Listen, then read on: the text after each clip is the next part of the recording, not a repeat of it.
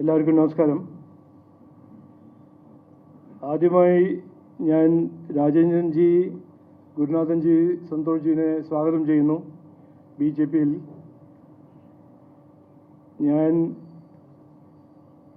രാജേന്ദ്രജി പറഞ്ഞ കാര്യങ്ങളെല്ലാം കൃത്യമായി കേൾക്കുകയായിരുന്നു. ഞാൻ അദ്ദേഹത്തോട് ആദ്യം കണ്ടപ്പോൾ പറഞ്ഞത് ഇന്നും ഞാൻ പറയുന്നു, അദ്ദേഹമാണ് അതും പറഞ്ഞു, അദ്ദേഹത്തിൻ്റെ വാക്കിൽ പറഞ്ഞു. നാടിൻ്റെ ജനങ്ങളുടെ പ്രശ്നങ്ങൾ പരിഹരിക്കാൻ ഈ നാട്ടിൽ BJP NDAക്ക് മാത്രമേ കഴിയുള്ളൂ. ഇതിൻ്റെ തെളിവും ഇതിൻ്റെ ഫാക്റ്റും വസ്തുതയും എല്ലാവർക്കും മനസ്സിലായിട്ടുണ്ട്. എത്രയോ കാലമായി ഇവിടെ CPM-ഉം കോൺഗ്രസ് ഭരിച്ച ഈ നാട്ടിൽ ഇന്നും മൂന്നാറാണോ ഇടുക്കിയാണോ എത്ര സ്ഥലത്ത് ഇന്നും ജനങ്ങൾ അവരുടെ പ്രശ്നങ്ങൾ പരിഹരിക്കാണ്ട് ജീവിക്കുന്നു. അതെല്ലാം BJP NDA അധികാരത്തിൽ വന്നാൽ ഞങ്ങൾ പരിഹരിക്കും. അത് സംരക്ഷിക്കാൻ, അവരെല്ലാം സംരക്ഷിക്കാൻ ഞങ്ങൾക്ക് മാത്രമേ കഴിയുള്ളൂ എന്ന് ഞാൻ പറയാൻ ആഗ്രഹിക്കുന്നു. ആദ്യം എനിക്ക് ഒരു നന്ദി മോദിജി എന്ന് പറയാൻ ആഗ്രഹിക്കുന്നു. ഇന്ന് രാവിലെ റെയിൽവേ മന്ത്രി അശ്വിനി വൈഷ്ണവ് ഇന്നലെ 2 പുതിയ ട്രെയിൻ ഗുരുവായൂർ തൃശ്ശൂർ 2 ട്രെയിൻ അദ്ദേഹം പ്രഖ്യാപിച്ചിട്ടുണ്ട്. പിന്നെ തിരുവനന്തപുരം ഹൈദരാബാദും ചെന്നൈ കണക്ട് ചെയ്യാൻ അമൃത് ഭാരത് ട്രെയിൻ ഹൈദരാബാദ് തിരുവനന്തപുരം കണക്ഷൻ, അതിൻ്റെ ഒപ്പം താമ്പരം തിരുവനന്തപുരം കണക്ട് ചെയ്യുന്ന ഒരു പുതിയ ട്രെയിനും അദ്ദേഹം അപ്രൂവ് ചെയ്തിട്ടുണ്ട്. അത് പറയാൻ ആഗ്രഹിക്കുന്നു. അദ്ദേഹത്തോടും നരേന്ദ്രമോദിജിയോടും നന്ദി പറയാൻ BJPയും NDA ഇന്ന് പറയുന്നു. ഞാൻ ജാനുവരി 6-ാം തീയതി നടത്തിയ പ്രസ് കോൺഫറൻസിലും പിന്നെ അത് കഴിഞ്ഞിട്ട് ജാനുവരി 11-ാം തീയതി നമ്മുടെ ബഹുമാനപ്പെട്ട ഹോം മന്ത്രി മിനിസ്റ്റർ വന്ന് അമിത്ഷാജി വന്നപ്പോൾ ഈ election assembly election 2026 assembly election നാടിൻ്റെ ഭാവി തീരുമാനിക്കുന്ന ഒരു ഇലക്ഷനാണ്. ഒരു നിർണായകമായ ഒരു ഇലക്ഷൻ ആയിട്ടാണ് ഞങ്ങൾ കാണുന്നത്. ജനങ്ങൾ അങ്ങനെയാണ് കാണുന്നത് എന്ന് ഞങ്ങൾ കൃത്യമായി അന്ന് പറഞ്ഞു. ഈ അടുത്ത 90 ദിവസം ഞങ്ങൾ പറയാൻ പോകുന്നതും ഞങ്ങളൊരു കാഴ്ചപ്പാട് വികസനം, വികസിത കേരളം, വിശ്വാസ സംരക്ഷണം, സുരക്ഷിത കേരളം, ഈ 3 കാര്യങ്ങളെക്കുറിച്ച് ഞങ്ങൾ കൃത്യമായി ജനങ്ങൾ മുമ്പിൽ പോവും. ഇതിനെക്കുറിച്ച് ചർച്ച നടത്തും. കാരണം ഈ 3 കാര്യങ്ങളാണ് നമ്മളെ ഭാവിയിൽ ജനങ്ങളുടെ പ്രശ്നങ്ങൾ പരിഹരിക്കാനും നാടിനെ നന്നാക്കാനും ഈ 3 കാര്യങ്ങളാണ് ഏറ്റവും പ്രധാനപ്പെട്ട കാര്യങ്ങൾ. ഇതിന് പിന്തുണ കൊടുക്കുന്നവർ എല്ലാവരും ഞങ്ങൾ സ്വാഗതം ചെയ്യുന്നു. അത് CPM എന്നാണോ കോൺഗ്രസ് എന്നാണോ എല്ലാവരും ഞങ്ങൾ സ്വാഗതം ചെയ്യും. കാരണം ഈ 3 കാര്യങ്ങളാണ് ജനങ്ങളുടെ ഭാവി തീരുമാനിക്കുന്നതും ജനങ്ങളുടെ ഭാവി ബാധിക്കുന്ന ഏറ്റവും പ്രധാനപ്പെട്ട ഇഷ്യൂ. വികസനം, അവരുടെ സുരക്ഷ, പിന്നെ അവരുടെ വിശ്വാസം. നമ്മളെല്ലാവരും മിന്നാന്ന് കണ്ടു മഹാരാഷ്ട്ര ലോക്കൽ ബോഡി ഇലക്ഷൻ്റെ ഒരു റിസൾട്ട്. അതിൻ്റെ മുമ്പ് ഹരിയാന, മഹാരാഷ്ട്ര, ഡൽഹി ഈ ഇലക്ഷൻസ് എല്ലാം കണ്ടു, ബീഹാർ.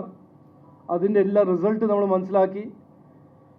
എല്ലാ സ്ഥലത്തും കോൺഗ്രസിനെ തോൽപ്പിക്കുന്ന ജനങ്ങൾ തോൽപ്പിക്കുന്നു എന്ന് കൃത്യമായി നമ്മളുടെ മുമ്പിൽ കാണുന്നൊരു ഫാക്റ്റാണ്, വസ്തുതയാണ്. 11 കൊല്ലം മുമ്പേ അതേ കോൺഗ്രസിനെ നാടിൻ്റെ ജനങ്ങൾ, രാജ്യത്തെ ജനങ്ങൾ പുറത്താക്കി. UPA സർക്കാരായിരുന്നു, 10 കൊല്ലം ഭരിച്ചു. 2014 ജനങ്ങൾ എക്സിറ്റ് ഡോർ കാണിച്ചു കൊടുത്തു. അതുപോലെ തന്നെ 2016 കേരള ജനങ്ങൾ കോൺഗ്രസിനെ പുറത്താക്കി. അത് കഴിഞ്ഞിട്ട് ഈ നടന്ന എല്ലാ ഇലക്ഷനിലും കോൺഗ്രസിന് എക്സിറ്റ് ഡോർ ആണ് ജനങ്ങൾ കാണിച്ചു കൊടുത്തിരിക്കുന്നത്. ഇത് എന്തുകൊണ്ട്? ഇത് ചോദിക്കണം. കാരണം ഈ ചോദ്യത്തിന്റെ ഉത്തരമാണ് ഈ അസംബ്ലി ഇലക്ഷനും നമ്മൾ ചോദിക്കേണ്ടതും അതിന്റെ ഉത്തരം കേൾക്കേണ്ടതും. കോൺഗ്രസിന്റെ രാഷ്ട്രീയം ഇന്ന് ഭീകരമായ അഴിമതിയും അതിൻ്റെ ഒപ്പം പ്രീണ രാഷ്ട്രീയമായിട്ട് മാറിയിട്ടുണ്ട്. പണ്ട് കാലത്ത് ഒരു നാഷണൽ പാർട്ടിയായിരുന്നു, ഏറ്റവും വലിയ നാഷണൽ പാർട്ടിയായിരുന്നു. പക്ഷേ അവരുടെ രാഷ്ട്രീയം 2004 മുതൽ ഇന്ന് വരെ ഒരു പ്രീണ രാഷ്ട്രീയം, രാഷ്ട്രം ഒരു അഴിമതി ചെയ്യുന്ന ഒരു അവസരമായിട്ട് കാണുന്ന ഒരു പൊളിറ്റിക്കൽ പാർട്ടിയാണ് കോൺഗ്രസ്. മഹാരാഷ്ട്രയിൽ അവർ എന്തിനാണ് പുറത്താക്കിയത്? പാകിസ്ഥാൻ ഭീകരവാദിനെ ന്യായീകരിക്കുന്നു. ഓപ്പറേഷൻ സിന്ദൂറിന്റെ സമയം ആരാണ് ഓപ്പറേഷൻ സിന്ദൂർ പാകിസ്ഥാനി ടെററിസ്റ്റ് ന്യായീകരിക്കാൻ ഇറങ്ങിയത്? CPM-ന്റെ MA ബേബിയും കോൺഗ്രസിന്റെ റോബർട്ട് വാഡ്ര. ഇതെല്ലാം ആരും മറക്കുന്നില്ല, ആരും മറന്നിട്ടില്ല. 2014 ജനങ്ങൾ പുറത്താക്കിയത് അവരുടെ അഴിമതിയും ഇതേപോലെ തന്നെ ബാട്ട്ല ഹൗസിലും തീവ്രവാദത്തിന്റെ എതിരെ നിൽക്കാൻ കഴിയാത്ത ഒരു കോൺഗ്രസ് സർക്കാരാണെന്ന് ജനങ്ങൾ മനസ്സിലാക്കിയിട്ടാണ് പുറത്താക്കിയത്.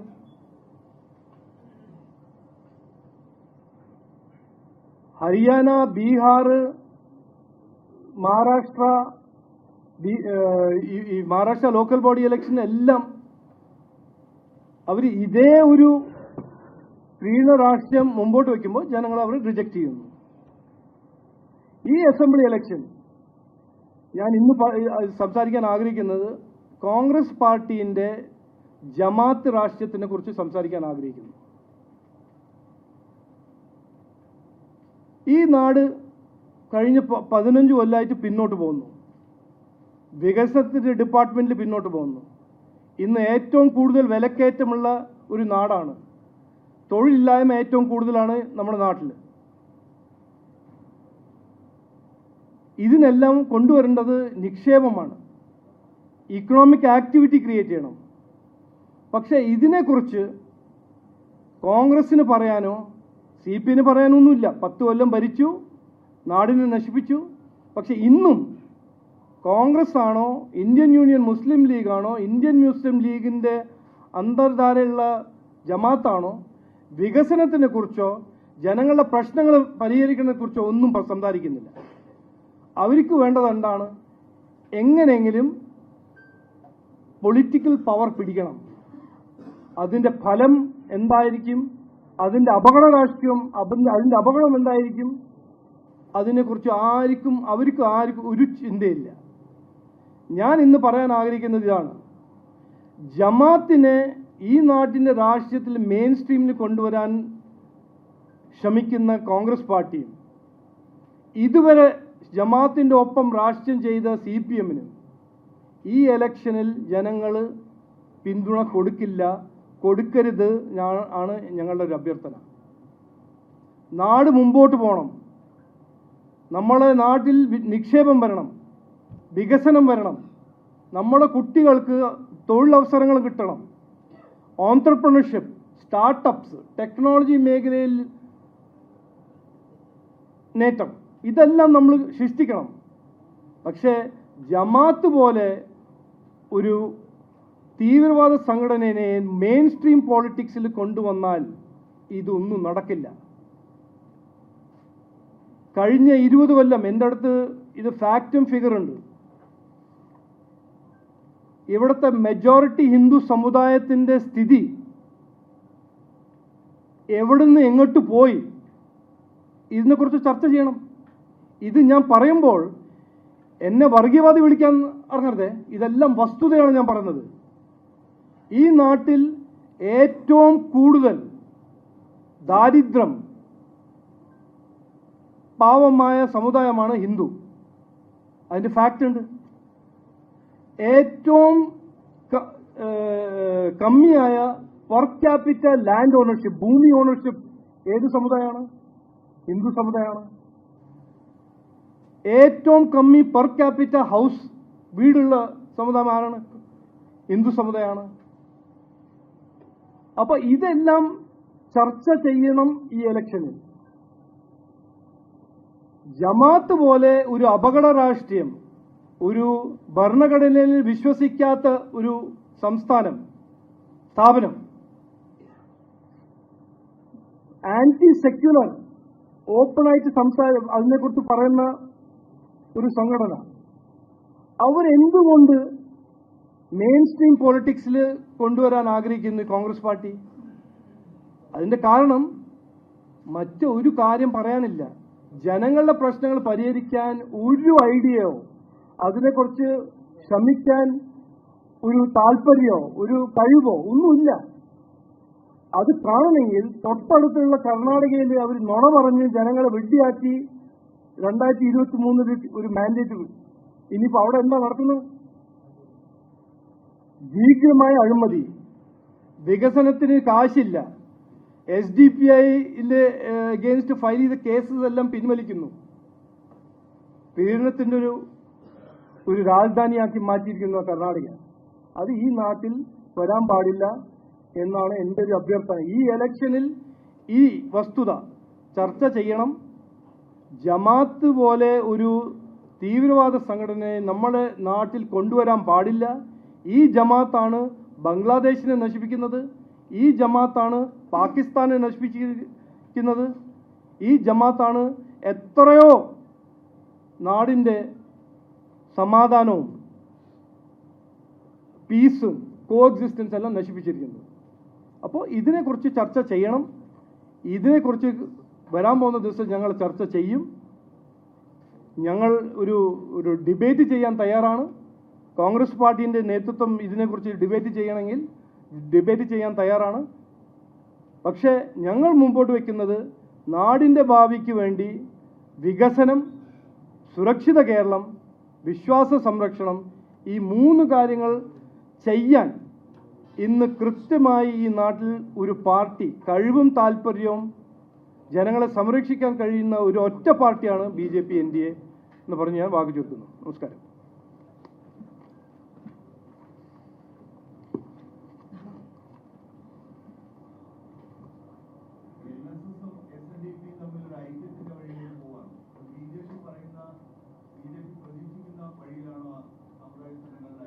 അതിനെക്കുറിച്ച് ഞാൻ അതേ TV-യിലാണ് ഞാൻ കേൾക്കുന്നത് കാണുന്നത്. ഇത് എല്ലാവരും ഐക്യം ആവശ്യമാണ്. ഈ ജമാഅത്തിൻ്റെ വളർച്ചയും ആ ഒരു ടൈപ്പ് രാഷ്ട്രീയത്തിൻ്റെ വളർച്ച നാടിന് നല്ലതല്ല, അപകടമാണ്. അപ്പോൾ എല്ലാവരും ഒറ്റക്കെട്ടായിട്ട് ആ ഒരു ഫോഴ്സിനെ തോൽപ്പിക്കണം, പരാജയപ്പെടുത്തണം എന്നാണ് ഞങ്ങളുടെ ഒരു ആഗ്രഹം. ഞാൻ പറഞ്ഞ പോലെ ഇതിൽ എനിക്ക് പറയാൻ ഒരു സംശയവുമില്ല, ഒരു ഡൗട്ടുമില്ല. ഞാൻ എല്ലാ റെസ്പോൺസിബിലിറ്റി പറയുന്നു. ഈ നാടിൻ്റെ ഭാവിയും ജനങ്ങളുടെ പ്രശ്നങ്ങൾ പരിഹരിക്കാൻ ഈ നാട്ടിൽ ഒരൊറ്റ പാർട്ടിക്ക് കഴിവുള്ളൂ, താല്പര്യമുള്ളൂ. അത് BJP ഇന്ത്യയാണ്. ജനങ്ങളെ സംരക്ഷിക്കാൻ ഇങ്ങനത്തെ ഫോഴ്സസിൻ്റെ സംരക്ഷിക്കാൻ BJPക്ക് NDAക്ക് മാത്രമേ കഴിയുള്ളൂ ഞാൻ പറയാൻ ആഗ്രഹിക്കുന്നു.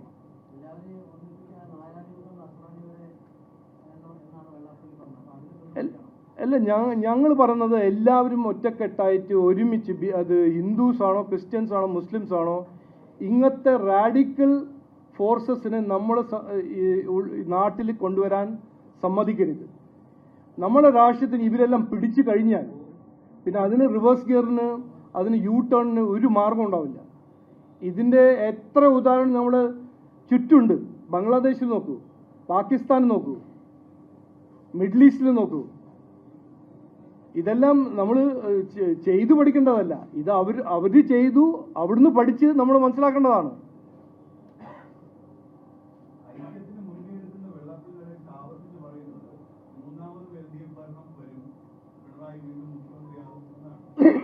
എനിക്ക് അതിൽ ഒരു സംശയമില്ല. LDFന് ഇനി വരാൻ സാധ്യത 0% ആണ്.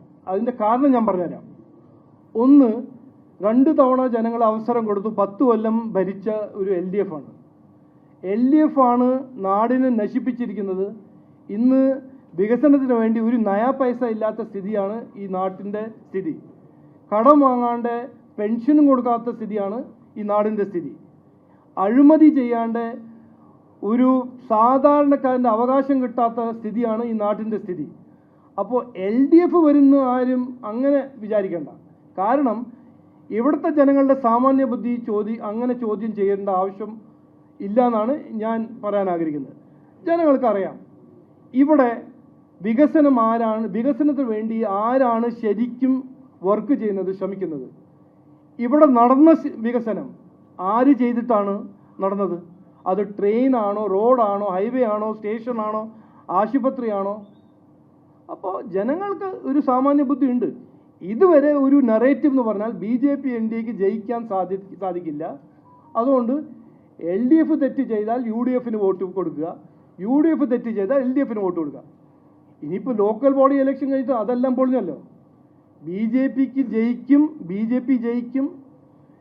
BJP ജനങ്ങളുടെ പിന്തുണ കിട്ടി, BJPനെ ജയിപ്പിക്കാൻ ജനങ്ങൾ ഇറങ്ങും എന്ന് എല്ലാവർക്കും കൃത്യമായി മനസ്സിലായിട്ടുണ്ടല്ലോ. അപ്പോൾ ആ ഒരു പണ്ടത്തെ നറേറ്റീവ് UDFൻ്റെ എതിരെ ശക്തമായി ഒരു വോട്ട് ജനങ്ങൾക്ക് കൊടുക്കണമെങ്കിൽ അത് LDFന് മാത്രമേ അത് പോവുള്ളൂ എന്ന് ആ ഒരു നറേറ്റീവ് ഇനി അത് പൊളിഞ്ഞു. ഇനി ഞാൻ അന്ന് പറഞ്ഞ കാര്യം ഇന്നും പറയുന്നു. ജനങ്ങളുടെ മുമ്പിൽ 2 ഓപ്ഷനാണ്. LDF ഒരു ഓപ്ഷനല്ല, കാരണം 10 കൊല്ലം ഭരിച്ചു. ജനങ്ങൾ അതിൻ്റെ ഫലങ്ങളാണ് ഇരകളായിട്ട് സഹിച്ചു. ഇനിയിപ്പോൾ 2 ഓപ്ഷനാണ് ജനങ്ങളുടെ മുമ്പിൽ. NDA ഉണ്ട് ഒരു ഓപ്ഷൻ, UDF ഉണ്ട് ഒരു ഓപ്ഷൻ. UDFനെ കുറിച്ച് ഞാൻ പറഞ്ഞല്ലോ. UDFനെ ജനങ്ങളെ പുറത്താക്കിയത് എന്തുകൊണ്ട്? 2014 ഇതേ വോട്ടറല്ലേ UDFനെ പുറത്താക്കിയത്? 2014 ഇന്ത്യയുടെ വോട്ടറല്ലേ UDFനെ പുറത്താക്കിയത്? മഹാരാഷ്ട്രയിലും ബീഹാറിലും മറ്റെത്രയോ സ്ഥലത്ത് കോൺഗ്രസിന് എതിരെ വോട്ട് കൊടുത്തത് ജനങ്ങളല്ലേ. എന്തുകൊണ്ട്? അവരുടെ അഴിമതി, അവരുടെ പ്രീണ രാഷ്ട്രീയം, അവരുടെ കഴിവില്ലായ്മ, ഇതെല്ലാം കണ്ട് മനസ്സിലാക്കിയിട്ടാണ് വോട്ട് അവർക്ക് കിട്ടാത്തത്. അപ്പോൾ ഇവിടെ ഒരു മാറ്റം, അങ്ങനെ ഒരു മാറ്റം ഞാൻ പ്രതീക്ഷിക്കുന്നില്ല. പക്ഷേ UDF ഇതിൻ്റെ ചർച്ച ചെയ്യാൻ തയ്യാറല്ല. അവർ LDF പറഞ്ഞ് LDF വോട്ട് നേടാനാണ് അവരുടെ ശ്രമം. പക്ഷേ ആ LDF വോട്ടും വികസനത്തിന് വികസന വോട്ടും സുരക്ഷിത കേരള വോട്ടും വിശ്വാസ സംരക്ഷണ വോട്ടും NDAക്ക് കിട്ടും എന്നാണ് എൻ്റെ ഒരു അഭിപ്രായം.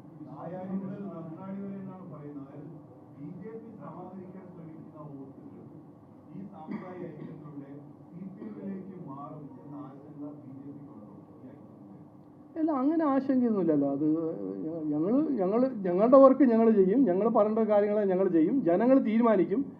പക്ഷേ ജനങ്ങളുടെ സാമാന്യ ബുദ്ധി ഞാൻ ചോദിക്കുന്ന ആളല്ല. ജനങ്ങളുടെ സാമാന്യ ബുദ്ധി ഞാൻ ബഹുമാനിക്കുന്ന ആളാണ്. അവർക്ക് ഒരു പുതിയ കേരളം വേണം, അവർക്ക് ഒരു നല്ല ഭാവി വേണം. ഈ കഴിഞ്ഞ 30 കൊല്ലമായിട്ട് LDF UDFൻ്റെ ഒരു പിങ് പോങ് രാഷ്ട്രീയമല്ല അവർക്ക് വേണ്ടത്. ഒരു മാറ്റം അവർ ആഗ്രഹിക്കുന്നു എന്നാണ് എനിക്ക് കിട്ടുന്ന ഫീഡ്ബാക്ക്.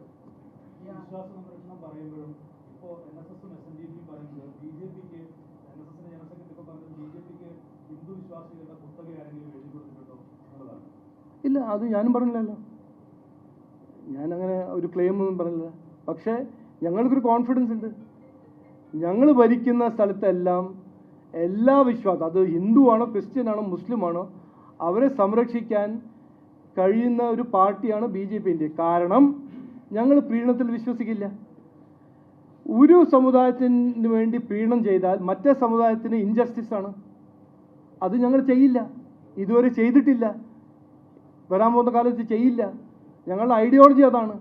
എല്ലാവരുടെ ഒപ്പം എല്ലാവർക്കും വേണ്ടി പ്രവർത്തിക്കുന്ന ഒരു പാർട്ടിയാണ് BJP NDA. എല്ലാവരുടെ ഒപ്പം എല്ലാവർക്കും വേണ്ടി വിശ്വാസ സംരക്ഷണം ചെയ്യാൻ പോകുന്ന ഒരു പാർട്ടിയാണ് BJP NDA. എല്ലാവരുടെ ഒപ്പം എല്ലാവർക്കും വേണ്ടി സുരക്ഷിത കേരളം സൃഷ്ടിക്കാൻ പോകുന്ന പാർട്ടിയാണ് BJP NDA.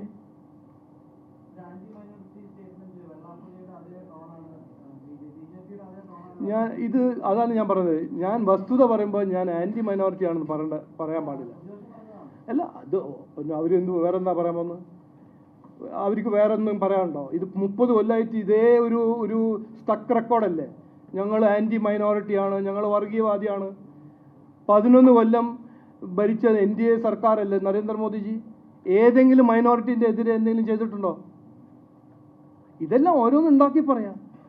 ഞാൻ ചാലഞ്ച് ചെയ്യുന്നു, അങ്ങനെ ഒരു ധൈര്യം ഉണ്ടെങ്കിൽ ഈ വികസനത്തിനെ കുറിച്ച് ഡിബേറ്റ് ചെയ്യാൻ ഇറങ്ങും കോൺഗ്രസ്. കർണാടകയിൽ എന്താ ചെയ്തിരിക്കുന്നത് അതിനെക്കുറിച്ചൊന്ന് ചർച്ച ചെയ്യൂ. 10 കൊല്ലം UPA സർക്കാരിൽ ഇരുന്ന് 8 മന്ത്രിമാരായിരുന്നു കേരളത്തിൽ നിന്ന്. അവരെന്ത് ചെയ്തു അതിനെക്കുറിച്ച് ചർച്ച ചെയ്യൂ.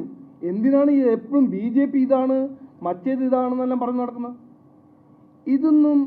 ഇതെല്ലാം പണ്ട് കാലത്ത് നടക്കുന്ന രാഷ്ട്രീയമാണ്. ഇന്ന് അതൊന്നും ഞങ്ങൾ സമ്മതിക്കില്ല. അങ്ങനെയാണെങ്കിൽ തെളിവെടുത്ത് വരിക, ഡിബേറ്റ് ചെയ്യാൻ ഞങ്ങളൊപ്പം. ഞാൻ തയ്യാറാണ്, വർഗീയവാദിനെ കുറിച്ച് ഡിബേറ്റ് ചെയ്യാൻ തയ്യാറാണ്. ആരാണ് ഇവിടെ വർഗീയവാദി? കയ്യിൽ ഭരണഘടന എടുത്ത് നടക്കുന്ന കോൺഗ്രസ് പാർട്ടി മറ്റേ കയ്യിൽ ജമാഅത്തെ ഇസ്ലാമിൻ്റെ കൈ കൊടുത്തു നടക്കുന്നതല്ലേ? ആരാണ് വർഗീയവാദി? ഇതെല്ലാം നമ്മൾ ചർച്ച ചെയ്യണം ഓപ്പൺലി. അടുത്ത 90 ദിവസം ഓരോരോ ഇഷ്യൂ മാധ്യമ സുഹൃത്തോട് ഞാൻ എൻ്റെ റിക്വസ്റ്റ്, ഇവരോടെല്ലാം ഇൻവൈറ്റ് ചെയ്യൂ ഒരു ഡിബേറ്റിന്. ആരാണ് പ്രീണരാഷ്ട്രീയം ചെയ്യുന്നത്? ആരാണ് വർഗീയവാദി? ഈ നാട്ടിൽ ശരിക്കും ജനങ്ങളെ വിഡ്ഢിയാക്കുന്നത് ആരാണ് ജനങ്ങൾക്ക് വേണ്ടി പ്രവർത്തിക്കുന്നത്? ഇതെല്ലാം ചർച്ച ചെയ്യേണ്ട കാര്യങ്ങളാണ് അടുത്ത 90 ദിവസം.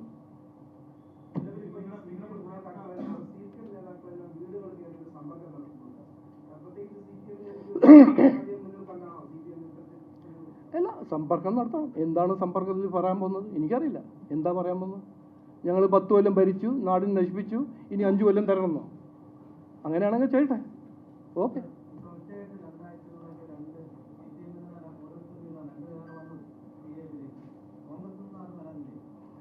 അല്ല, അങ്ങനെ കോൺഗ്രസ് വന്നല്ലോ, പത്മജാതി വേണുഗോപാൽജി വന്നല്ലോ, ഉണ്ടല്ലോ. അങ്ങനെ ഞാൻ പറഞ്ഞില്ലേ, ഞങ്ങൾ കോൺഗ്രസ് CPM നോക്കിയിട്ടല്ല സ്വാഗതം ചെയ്യുന്നത്. നാടിന് വേണ്ടി, നാടിനെ നന്നാക്കാൻ ആഗ്രഹവും താല്പര്യമുള്ള ആരാണെങ്കിലും, ആത്മാർത്ഥമായി നാടിനു വേണ്ടി പ്രവർത്തിക്കാൻ തയ്യാറാണ് ആരാണെങ്കിലും, എവിടെ നിന്നാണെങ്കിലും ഞങ്ങൾ സ്വാഗതം ചെയ്യാൻ തയ്യാറാണ്. പക്ഷെ പ്രീണം ചെയ്യാനാണെങ്കിൽ ഇവിടെ വരണ്ട. ജനങ്ങളെ വിഡ്ഢിയാക്കാൻ രാഷ്ട്രീയം ചെയ്യുകയാണെങ്കിൽ വരണ്ട. അഴിമതി ചെയ്യാനാണെങ്കിൽ ഇവിടെ വരണ്ട. അവിടെ ഇതാൽ മതി, കോൺഗ്രസ് ഇതാൽ മതി. അവിടെയാണ് അത് ഫുൾ ടൈം ജോബായിരിക്കും നിങ്ങൾക്ക്.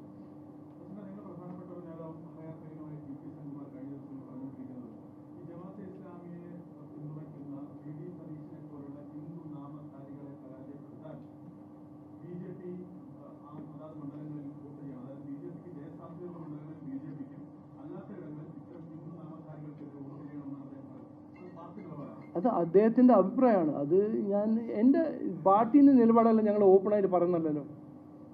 അപ്പോൾ അതിന് കൂടുതൽ എനിക്കൊന്നും അതിനെക്കുറിച്ച് പറയാനില്ല. അദ്ദേഹം ഒരു സീനിയർ റിട്ടയർഡ് പോലീസ് DGP ആണ്. അദ്ദേഹത്തിൻ്റെ അഭിപ്രായം അദ്ദേഹം പറയുന്നു. പാർട്ടീൻ്റെ നിലപാടല്ല ഞാൻ ഓപ്പണായിട്ട് ഇവിടെ പുറത്ത് പറയുന്നു. ഇതാണ് ഞങ്ങൾ ചെയ്യാൻ പോകുന്നത്, ഇതാണ് ഞങ്ങൾ പറയാൻ പോകുന്നത്.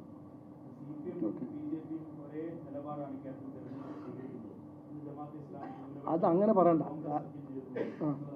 അല്ല, അതൊരു എന്താ, അത് അവരുടെ ഒരു ഇതുവരെ ജമാഅത്തിൻ്റെ ഒപ്പം രാഷ്ട്രീയം ചെയ്യുന്ന ആരായിരുന്നു? CPM. ജമാഅത്ത് കൈവിട്ട് അങ്ങോട്ട് പോയപ്പോൾ CPM ഒരു ഹിന്ദു പാർട്ടി ആക്കാൻ ഒരു ശ്രമം. അതല്ല അവരുടെ തന്ത്രങ്ങൾ. അതിനെക്കുറിച്ച് ഞാൻ പറയാൻ പോകുന്നില്ല. പക്ഷേ ഏറ്റവും പ്രധാനപ്പെട്ട ഇഷ്യൂ എന്ന് പറഞ്ഞാൽ CPMന് ആ പണ്ട് കാലത്ത് ഒരു ഐഡിയോളജിക്കൽ റൂട്ടിങ്ങോ പണ്ട് കാലത്ത് ജനങ്ങൾക്ക് വേണമെങ്കിൽ ജനങ്ങൾക്ക് വേണ്ടി എന്തെങ്കിലും ചെയ്യണമെന്നോ അതൊന്നും CPMന് ഇപ്പോൾ ഇല്ല. ഇതൊരു പുതിയ CPM ആണ്. ഇതിൽ കോൺഗ്രസും CPMനും ഞാനൊരു വ്യത്യാസം കാണുന്നില്ല. ഇവിടെയുണ്ട് അഴിമതി, അവിടെയുണ്ട് അഴിമതി. ഇവിടെയുണ്ട് കുടുംബം, അവിടെയുണ്ട് കുടുംബം. ഇവിടെയുണ്ട് പ്രീണം, അവിടെയുണ്ട് പ്രീണം. അപ്പോൾ ഞാൻ 2 പാർട്ടിയും ഒന്നായിട്ടാണ് കാണുന്നത്. അവരെ ഞങ്ങൾ പാർട്ടി ഒരു പുതിയ പേര് കൊടുത്തിട്ടുണ്ട്, കുറുവ സംഘം. അവരെ കുറുവ സംഘമായിട്ട് ഞങ്ങൾ കാണുന്നു.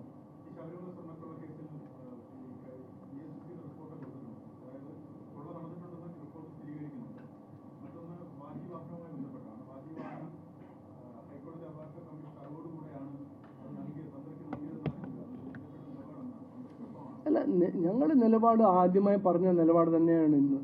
അവിടെ കൊള്ള നടന്നിട്ടുണ്ട്. ആ കൊള്ളേൻ്റെ പിന്നിൽ രാഷ്ട്രീയക്കാരുണ്ട്.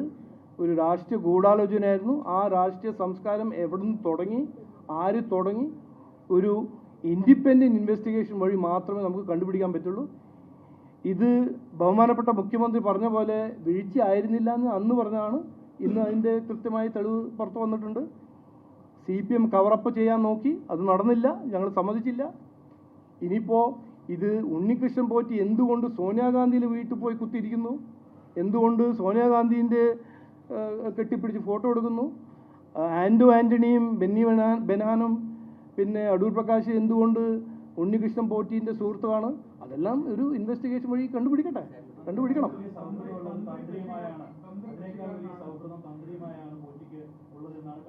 അല്ല, ഇൻവെസ്റ്റിഗേഷൻ വഴി ഇതിനെക്കുറിച്ച് ഞങ്ങൾക്കൊരു നിലപാടില്ല. ഞങ്ങളുടെ നിലപാട് ആദ്യത്തെ ദിവസം ആദ്യത്തെ പ്രസ് കോൺഫറൻസ് പറഞ്ഞ കാര്യം ഇന്ന് ഞങ്ങൾ റിപ്പീറ്റ് ചെയ്യുന്നു. ഞങ്ങൾ പറഞ്ഞതാണ് സത്യമായിട്ട് ഇന്ന് വരുന്നത്. എന്താണ് ഞങ്ങൾ പറഞ്ഞത്?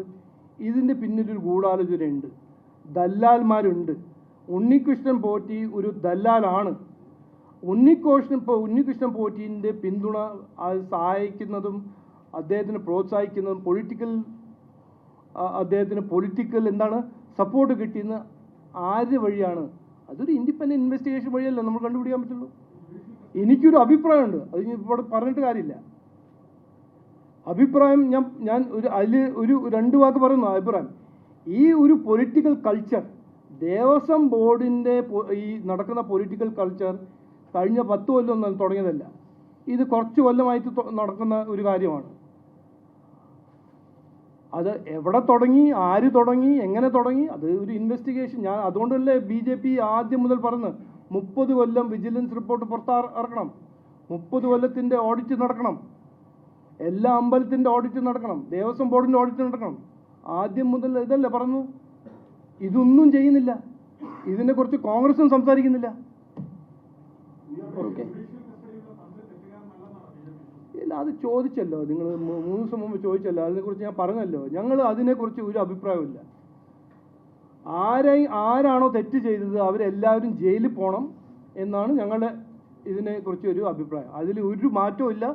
അന്ന് മുതൽ ഇന്ന് വരെ ഒരു മാറ്റവും ഇല്ല. Okay, thanks.